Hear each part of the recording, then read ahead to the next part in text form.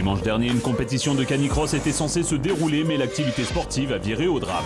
Ces chiens empoisonnés à l'occasion du championnat de France de canicross dans le Gard.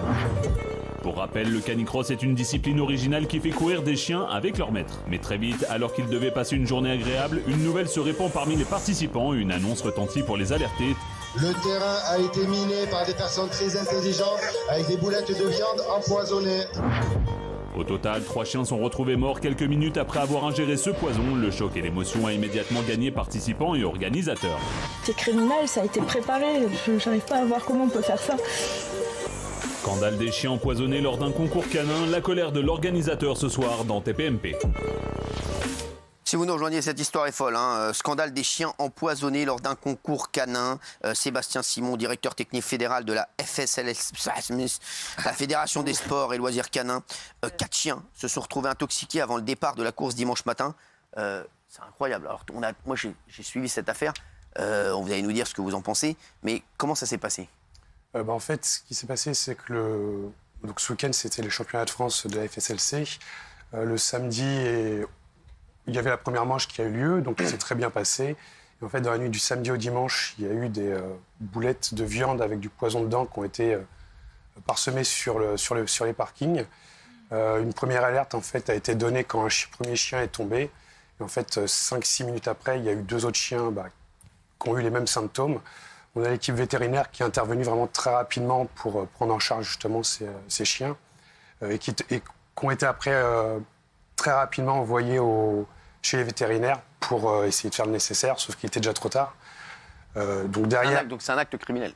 C'est un acte criminel, c'est tout simplement un fou et un criminel qui a délibérément mis ses boulettes sur le parking. En fait, c'était sur un parking qui nous permettait de promener les chiens qui se détendent avant les courses. Donc en aucun cas, nous, quand on est arrivé le dimanche matin, on se doutait qu'on allait vivre une journée de cauchemar pour nos chiens. C'était déjà arrivé ça ou pas ? Non, c'est jamais arrivé. C'est vraiment, moi, à titre personnel, ça fait 10 ans que je fais du canicross. Je fais donc plusieurs courses et c'est vraiment la première fois qu'on vit quelque chose comme ça. Et donc ça a été un vrai traumatisme pour nous. Et aujourd'hui, en tout cas, j'ai une grosse pensée pour les 3 propriétaires des chiens qui sont effondrés parce que nos chiens, c'est tout simplement ils font partie de notre famille. Et donc en aucun cas, on n'aurait pensé en venant sur un canicross on aurait des gens qui repartiraient sans leur chien, malheureusement. Alors, c'était ce dimanche 12 mars, aux alentours de 7h30 du matin. Avant que le concours débute, 3 chiens ont ingéré des boulettes de viande. Un produit à limaces aurait été introduit dans ces dernières. Alors, c'est une suspicion. Pour l'instant, il y a une enquête qui est en cours. La gendarme... Pourquoi le produit à limaces, c'est... C'est le dosage qui a été donné, en fait. Mais c'est surtout que les vétérinaires, ça a été les premières choses par rapport à ce qui s'est passé sur les chiens, ont détecté. Mais après, aujourd'hui, c'est vraiment une suspicion, puisque l'enquête est toujours ouverte. Il y a une analyse qui doit être faite de cette boulette, des différentes boulettes. Alors, ils sont décédés 15 minutes après, les chiens. Oui, c'est ça. 15 minutes après avoir ingéré les boulettes. C'est incroyable, c'est violent. Le taux était hyper violent. C'est un produit, si c'est bien ça, le carbamate, qui est maintenant interdit à la vente en France, tellement il est violent et toxique. Et il y a même un chien qui est mort aujourd'hui, Cyril. Le quatrième, simplement, un autre, pas celui dont vous parlez, oui. Il a quitté une habitation et comme il reste des boulettes, parce qu'ils ont fait un gros effort de ramassage, les gendarmes, il en a ingéré une et il est mort aujourd'hui. Le périmètre est interdit, mais visiblement, ça a dépassé. Et c'est forcément un acte de malveillance. Alors, il y a un 4e chien qui est entre la vie et la mort aussi, après avoir simplement reniflé le vomi des autres chiens. En fait, le jour J, dimanche matin, il y a 3 chiens qui sont décédés. Donc les 3 chiens que vous pouvez voir en image. Après, on a Togo, qui est le husky qui est le miraculé du week-end, on va dire, qui lui donc est sorti et qui a retrouvé son maître. Et comme vous disiez, il y a un 4e chien qui est décédé, qui habitait en fait aux alentours, qui est parti de chez lui. Et il y en a un autre qui est sorti d'affaires. Donc effectivement, le site est contaminé. Nous, en fait, quand la gendarmerie est arrivée, derrière, ils nous ont demandé de faire un ratissage de tout le site. Donc là, en fait, tous les participants, à partir du moment où on a indiqué que la course était arrêtée parce qu'il y avait trop de risques, tous les participants ont fait preuve d'un acte vraiment d'entraide, puisqu'on a ratissé l'intégralité du site, plus le parcours, pour faire en sorte d'essayer d'en trouver le maximum. Après, comme vous disiez, il y en a toujours. C'est quoi ? C'est un individu qui voulait faire mal aux chiens ou bien c'est un individu qui voulait éliminer des candidats ? C'est ça que la question qu'on peut Alors exactement. Vous avez très vite écarté la piste de la concurrence interne. C'est-à-dire un concurrent qui voudrait tuer les autres, etc. Ça, vous dites que c'est pas vous. Mais si c'est pas ça, forcément, c'est quelqu'un qui ne voulait pas de vous sur le périmètre, à moins que ce soit un fou. Donc, qui ça peut être? Un chasseur, vous pensez? Alors, déjà, c'est tout simplement impossible que ça soit quelqu'un de la compétition. D'accord, parce que moi, c'est ce que j'ai pensé au début. oui, tout de suite. Il y a beaucoup de gens, malheureusement, qui ont pensé ça. C'est impossible, tout simplement, parce qu'en fait, on se connaît tous. D'accord. Le milieu du canicross, c'est un milieu où on est tous très proches. On se voit régulièrement, pour pas dire presque tous les week-ends, sur les différents canicross qui ont lieu en France. Donc, c'est quelque chose qui est tout simplement impossible. On se connaît tous, on est tous amis. Et il y a des éleveurs qu'on voit. Donc, une personne qui aurait fait ça, en fait, il aurait tué peut-être le chien d'un ami. Mais c'est tout simplement quelque chose qu'on réfute vraiment. Donc, il n'y a pas de jalousie entre les concurrents? Il n'y a pas de jalousie. En fait, on est vraiment là pour gagner. Pour gagner avec ces chiens, mais on est là surtout pour s'amuser. Il n'y a pas d'argent. Aujourd'hui, ce qui a gagné, c'est un paquet de croquettes. Ah ouais, donc il n'y a pas d'argent. Aujourd'hui, avec le prix du paquet de croquettes, avec le marque rouge, ça commence à devenir une denrée rare. Mais aujourd'hui, non, il n'y a pas d'argent qui est en jeu. Et pour nous, c'est tout simplement impossible que ce soit quelqu'un du milieu. Tout à l'heure, vous disiez les chasseurs.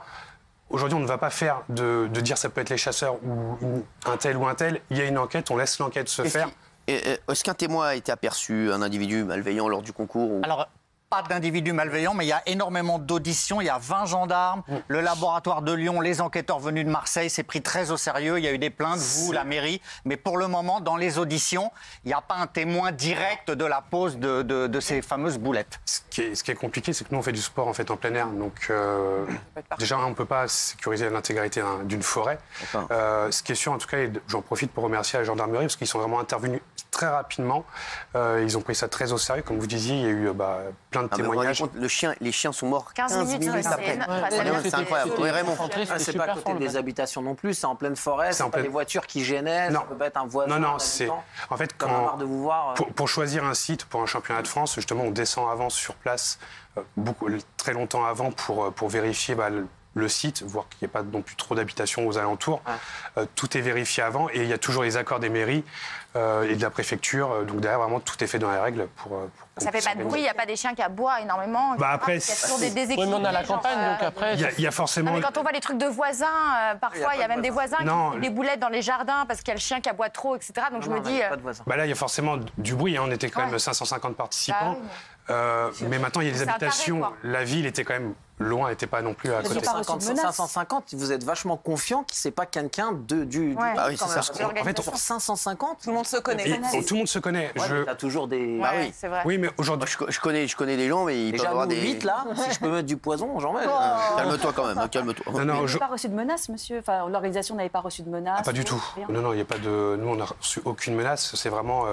Pour nous, comme je disais, c'est vraiment impossible sur quelqu'un de chez nous. On se connaît tous. Il n'y a aucun conflit en interne. Il n'y a aucun conflit. Nous, c'est vraiment le plaisir de courir avec nos chiens, qui sont nos chiens de famille. Comme je disais, c'est des paquets de croquettes à gagner, une médaille. Il n'y a rien à gagner. Non, moi, je veux l'article. Ce qui est vraiment triste là-dedans, c'est que, Gilles le disait, pardon monsieur, mais les probabilités, malgré la gendarmerie, de retrouver le coupable sont extrêmement faibles. Il n'y a pas d'ADN sur les boulettes. Il n'y a pas eu de témoin pour le moment, de ce que j'ai lu. Il n'y a pas de caméra. Il y avait beaucoup de gens. La proba de retrouver le débile qui a jeté des boulettes, elle est extrêmement faible. On lance pas... Et c'est ça qui me rend fou, c'est que... Sauf si c'est un tueur en série qui recommence ailleurs. Enfin, là, tu vas loin. Mais comme le type avec les oreilles de chevaux, là, qui découpait les oreilles. Les animaux s'en souviennent. Oui, Guillaume. Et les peines probables sont extrêmement faibles. C'est quoi? C'était 3 ans de prison, mais il ne fera jamais. C'est 5 ans et 75 000 euros d'amende. Voilà, il ne fera jamais ça. Ça va se terminer avec des stages de citoyenneté qui ne servent à rien. Et moi, je me demande, mais qui fait ça? Qui se lève le matin et se dit, tiens, je vais prendre du plaisir à faire des boulettes empoisonnées pour tuer des chiens? C'est cruel. Imaginez que ça arrive avec des enfants, ce serait dramatique. Alors, c'est bien que la police s'en occupe, mais vu les peines qu'il encourt, ça va être encore c'est pas grave, il a tué les barres, c'est pas grave. Qui frappe un aveugle, comme on l'a vu hier? Qui frappe une vieille dame, comme on l'a vu évidemment, mais là, des fous. Non, mais je trouve qu'on minimise encore trop pour les chiens. C'est quelque chose de cruel, c'est quelque chose d'infâme. Et pour moi, un canicide, ça devrait être comme un homicide. C'est extrêmement grave. C'est tout. Voilà, ça c'est vrai. Alors aujourd'hui, il y a une enquête, forcément. Les propriétaires des chiens doivent être dépités. Aujourd'hui, c'est même pas dépités, c'est qu'ils sont dévastés. C'est 3 chiens qui sont venus. De se dire qu'on arrive sur une course avec son chien, qu'on va passer un super week-end. Avec son chien, avec les amis, la communauté du canicross, et on repart sans son chien. Comment à quel moment vous avez compris qu'il y avait des boulettes empoisonnées? En fait, Moi, je suis arrivé sur site à 6h15. Il y avait déjà l'organisation qui était là. Quand on a commencé à avoir une première alerte, les vétos sont intervenus tout de suite sur les chiens. Et à partir de là, ils nous ont dit il y a un souci. Quand on a vu qu'il y avait des boulettes au niveau des parkings, on a dit il y a un problème. Donc là, l'organisateur a réagi très vite, l'équipe véto également. Et les chiens, comment ça se passait? Ils ont mangé les boulettes et 15 minutes après, comment ils en fait, c'était tremblement plus des vomissements. Donc là, à partir de là, les vétos ont emmené tout de suite les chiens au cabinet vétérinaire de la véto qui était sur Vauvert. Sauf que derrière, on a eu le retour comme quoi les chiens étaient décédés. Déjà, en fait, ils sont décédés dans la voiture. Donc 15 minutes après. Hein. Même plus rapidement. Mais une fois qu'on a su ça, en fait, le comité de la fédération, donc de la FSLC, l'équipe vétérinaire et l'organisateur, on s'est réunis. On a dit on arrête là parce que ça devient trop dangereux. Comme vous disiez, il y aurait eu un enfant qui aurait touché ses boulettes, qui aurait mis la main à la bouche. En fait, ça aurait été un enfant qui aurait pu mourir.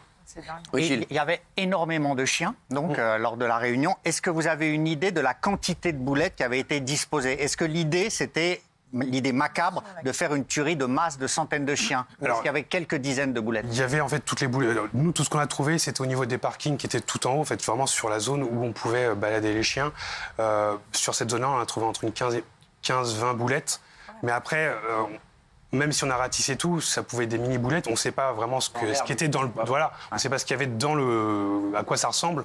Donc il pouvait en avoir partout. Oui. Heureusement que la loi a été renforcée quand même, parce que maintenant, alors j'espère qu'on trouvera les coupables, c'est 5 ans de prison. Oui. C'est plus du tout négligeable, et heureusement, acte de cruauté suivi de mort d'un animal domestique, et 75 000 € d'amende. Donc effectivement, et il faut le dire aussi, vous le disiez, je ne sais pas Mathieu si on retrouvera le ou les coupables, mais l'enquête, elle est vraiment hyper efficace pour le moment. Les gros moyens ont été mis pour retrouver le coupable. Ça, c'est bien. Tout à fait. Et moi, il y en aura de plus.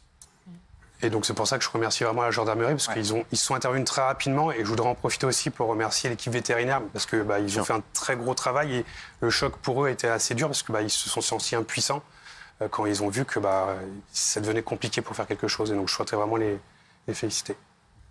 Et Géraldine? Il y a un numéro si jamais quelqu'un a vu quelque chose ou oui, il faut appeler la gendarmerie de Vauvert pour faire une déclaration. Ils prennent toutes les déclarations qui peuvent se faire. Ok. D'accord, donc aujourd'hui, l'enquête est en cours. L'enquête est en cours. De voir qui a commis ce méfait. Merci.